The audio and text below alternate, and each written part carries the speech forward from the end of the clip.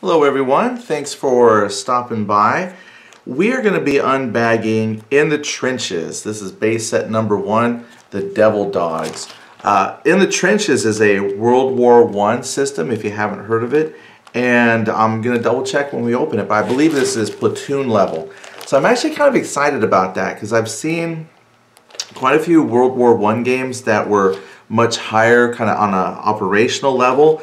So I've always been excited about the idea of more of a tactical level type of thing. So down here at platoon level I think will be great. Plus it's base set number 1 so we can start into the series, and it's Devil Dogs, so that's the Marines. So let's go ahead and unbag and let's see what we have here. Okay, first thing I'm pulling out is the rulebook. Now this isn't new, this has actually been out. Let me see if they got a year for me to check real quick, because I know it's been a couple of years. Let's see, the system was first published in 2009. This isn't the original one there. Then Tiny Battle Publishing, proud to reintroduce the modern classic to gamers in the series of affordable folio editions. I wish I had the year. But if you go to the Tiny Battle Publishing website, you'll be able to find the year. But I know that this is, you know, it's not like the newest game you have. It is a couple of years old, but I've heard a lot of great things about this. So I'm really excited to get this out to show you, just in case you haven't heard of it yourself. So this right here, we've got the rule book. And if I just flip through real quick, this comes in at around 19 pages. That still isn't too bad. Tiny Battle Publishing does a great job putting out like small footprint games that have, you know, 10 pages of rules. So 19 pages is still very, very good for them. And just looking over the quality, I still love what they print out. I mean, just amazing stuff. Very good, easy on the eyes to read. You've got, you know, color graphics, so this would be like a full color rule set. Looks like we're going to have a lot of good play examples. Your sections are pointed out very well. Digging, amazing that you would need to dig. Let me scoot this in a little bit, easier for you to see. So we got 2-column format, again making it very simple to read and follow.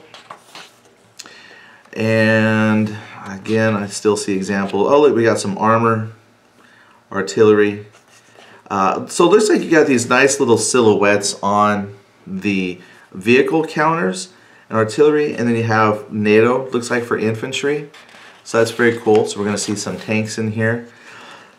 So I said it's 19 pages. Let's see, that looks like some artillery, but I'm wondering, there's some terrain. Early war, let's see, series unit details. Oh, okay. Again, I just saw this here, so he's got some numbers for the unit so you can track what you have. I wonder if then, maybe that's just putting the information out there.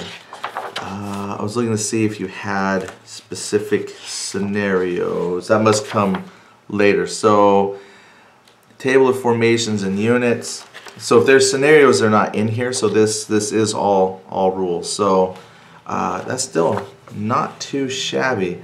And I think at the beginning, table of contents, so there's no index, but it actually has a very detailed table of contents. So not quite an index, but I do like the way they've got the table of contents broken down. So I think as I go and learn the rules, I'm going to have to learn this series, which means, you know, taking the time to sit down and read this. And one of the things that I have a problem with is when you start playing and learning so many games, it's really easy for me to forget what goes where.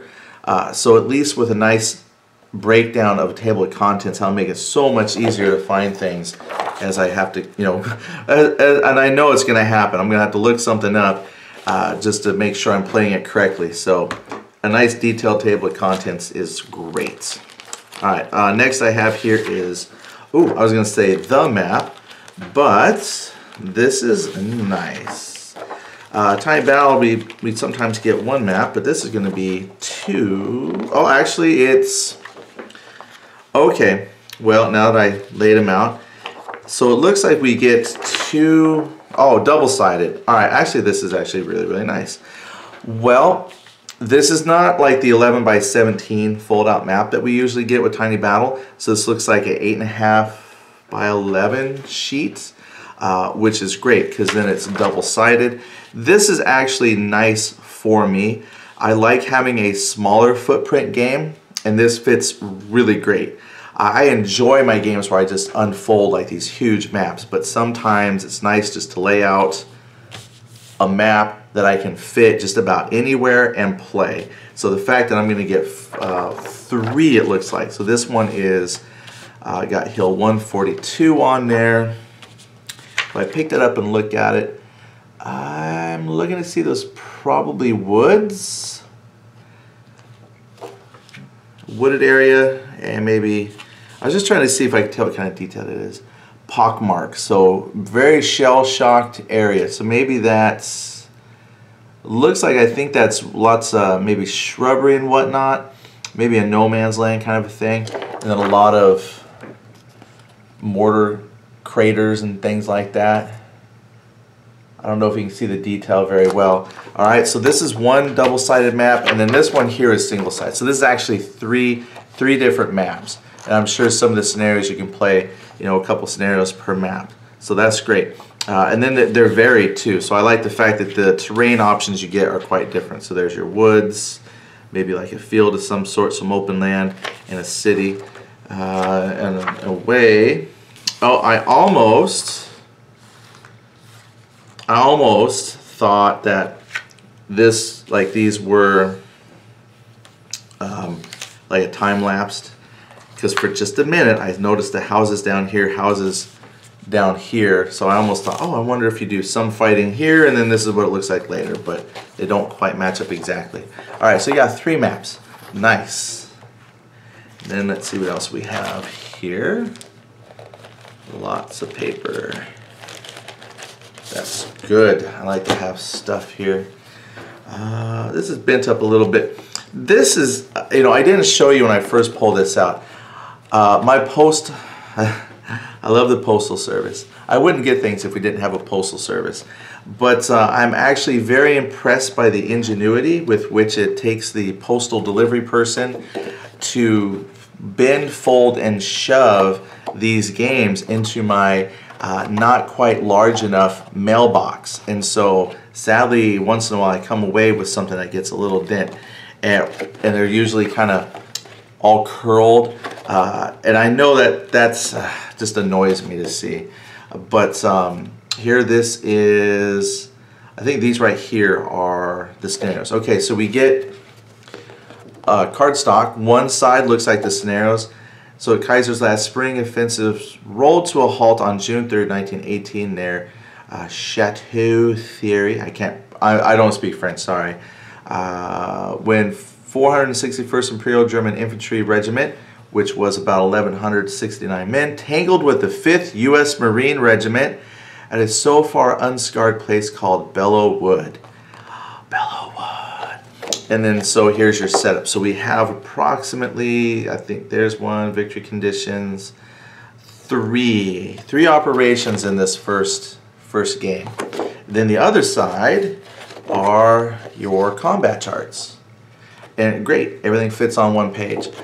I think this will be great. I almost thought about maybe make a copy, because I like to have scenarios here and then charts here, but the scenarios actually look simple enough that once you get it set up, you probably, I mean, other than the fact that you want to check special rules, but I mean, I don't have a problem flipping. I mentioned that only because I got some friends who like to put everything under plexiglass. So you might want to photocopy this one side. That way, as you set these maps up under plexiglass, you can have your scenario with your special rules right there, and then your combat charts off to the side. But since I don't plexiglass, I don't think I'll have a problem just double checking a special rule and then flip it back to the combat charts. I really like that the combat charts are color coded by category. So clearly, we've got cost of terrain for movement, your direct fire results. I mean, that always looks like a lot. See, this is a thing that I think for like a new war gamer might seem intimidating, because you say, wow, look at all the charts. This is actually not that bad. This is not a chart heavy game at all. So it might look like a lot at first, but trust me, there's a lot of games out there that have many, many more charts than this. And usually what you find is as you play, this chart is actually itself then broken down into categories. So it has like area fire with the firepower modifiers, area fire casualty dice roll modifiers. So you don't need everything at once on the chart. Usually it's you just find what you need based on the situation. So this probably won't be too difficult to use at all. Some cover, close combat results, 1 to 5 odds. Yeah, so I think this will be just fine. Plus it looks like a little reminder in the corner. Orders for activation. So just a reminder of what you can do in your turn. Half order, which you can activate 1 shock unit. A full order, activate 1 non-shock unit. 1 order, activate a formation. Double all order costs at night. So I think this will be very easy to learn and figure out. Okay, so what else have we got here? We have, well, one side gives you an idea of some of the games they have at Tiny Battle. If you haven't gone to Tiny Battle Publishing in a while, or if you've never visited, I recommend that you do. Because there are so many games that they have spanning a lot of genres. So you've got medieval warfare type of games, like with this Shields and Swords series, Our Royal Bones. You have some, it's still a really good game, but kind of the idea is kind of wacky, Nazis moving into the Arctic, but it's actually a very solid game. You then had the beginning of the Platoon Commander series, Sticks and Stones, and that's expanded. So I would say, check them out if you haven't. All the games come, they're the Ziploc small footprint games, highly recommended. So what we have here looks like a game turn record track then. Fantastic. Spread, I had to figure out what that is for, spread. Usually makes me think of artillery, but we'll have to learn and see what that is. So again, not a whole lot of hardware to worry about. So you've got your maps, turn tracker, and one-sided combat results table page. Then we have the 2 sheets of counters. So if I remember right, we're usually right around 88 counters per page. So if my math is good, that's at least 100 counters. It's like 160. We won't worry about my math skills. All right, so these are, I believe, the 5/8. I usually get scolded when I say it wrong. They're not ½ inch. I believe they're 5/8, and they are double-sided, and they are nice full color. I'm looking at them, and they're actually very easy to read, not cluttered at all. Let's see if I can. Yeah, so even with the infantry ones here, and there's not a whole lot, so this is another good thing too. Not a heavy density counter game. Looks like you've got your status markers, so it says here engage, so possibly going to be a lot of close hand-to-hand type fighting. I see the shovel and pick, maybe that's where you can designate where units are digging. This even says dugout, so this game probably uses trenches quite a bit, and looks like there's even trench markers for that. It sounds fitting for World War I. Impact for artillery, looks like you got a lot of artillery options. Not so much the options, but just the fact that I got a lot of impact counters here, so probably artillery will play quite a bit of that. Targeting markers, which could also be for artillery. You can lay smoke, I see wire. There's a spread, probably again related to artillery, just a guess. Then we had here, what does that say? I'm looking upside down. Control, probably command point controls. And then of course double-sided, because then you got your Marine side. So German side, Marine side, gas. This is really thematic. Just looking at the counters, this has a lot of things I would expect. It even has, I thought I saw engaged was for maybe close combat, but they actually have close combat markers here with the little, the trench knife type of symbol, like the dagger with the built-in brass knuckles.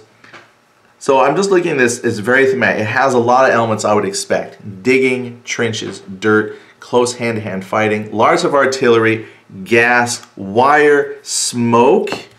Perfect. And again, right up here, some of your Americans, Germans. So you're not looking at a lot of counter management. I see a lot of administrative counters, but it's not going to be like, you know, having to keep track of lots and lots of counters. So this is good. One thing I always do, I like to punch these. I'm always checking for how well they come off the sprue. You got to remember, these are not the larger Flying Pig games, and those get a lot of attention as far as like the counters. These get a lot of attention as well because I can tell these are popping right off the sprue. So again, I'm just going to check a couple of spots. I usually, if I'm going to have problems with counters, I usually find them somewhere near the middle. So I'm just kind of punching here in a few spots. And these are cut really good. The other thing I'm looking for too is how well centered the cut is. And these are actually centered really, really well. I know people like to nitpick. I do. I nitpick sometimes. So I can see that like on this Engaged, it isn't quite exactly centered, but it is cut in such a way that it does not impact the counter at all. So this is actually really, really nice. I'm going to pull one of these off, even on both sides here. Yeah, this is an example. They did a really good job aligning and cutting these. If I can get that to maybe focus a little more, everything is readable. It's perfect. And again, you might say, oh, it's a little offset, but it's not offset at all. I can read everything just fine. So the counters here turned out really nice. I don't know what else to say about the counters. Hopefully you don't mind me talking about them. I would say this is the only thing that I have a problem with, and it's not the fault of the game or anything like that. I just like it when they're connected just by the corners. So when I round the corners with my corner cutter, I don't get the nubs at the tops and bottoms where it connects to the sprue. I just like connections at the corners. But that's just me. Yeah, these are popping out really good. I'm actually very, very happy with these counters. All right, and let me check some of these. Yep. Yeah, these are great. They're popping right off. I don't feel any that are sticking together. So real good job on those. Well, let me put these aside. So that is kind of an unboxing, some thoughts that I have here as I look at it and think about it. So I just set aside the 2 counter sheets of 88 counters. The artwork is great, very readable. The text is legible. It's a nice sized font. I tell you, I had to go get glasses. I don't need them. I'm farsighted, and the doctor said I need them because my job is working with computers, and so I'm really starting to feel the effects of pulling things up close to look at them, to read nowadays. But I gotta tell you, these things look great, even from a distance. So you got 2 sets of really great counters. You then have your 1 turn tracker and a spread. Still guessing that has to do with artillery. So you got that tracker. You have another sheet here of cardstock, just fine, which has one side is all of your combat result tables that you need. And I'm assuming this is all you need because I only got 1 sheet with it. And then the other side has the 3 scenarios. So it looks like it'll be 1 scenario per map. Fantastic. And then you have your 3 maps, which are, I'm guessing without looking, but I'm going to guess these are like 8.5 by 11. They are glossy, so they're going to hold up to some use. And the fact that they are their own individual sheet, I also like because I have a tendency to wear maps out by folding and unfolding them all the time. So that's, this one here is one-sided, and this one here then is double-sided. And all of the terrain that you fight on is completely different. And then you have the rulebook. Rulebook clocks in at 19 pages, but you've got 2 columns, a nice size font for reading. I had a thought. I was watching the Daily Dope from the Gaming Gang, and Jeff McAleer was talking about a particular game. I can't remember the name of the game, but he said that the rule book felt like almost artificially inflated because the font size that they used in the book. This is great. I think this is just the right size you need. So 19 pages feels very, very good for the rules. You're also supplemented by the pictures, examples of what you need. So I think this is a very good rule book, and I will enjoy reading this. And that's all the components. So if you have any experience with the system, go ahead and leave some thoughts and comments.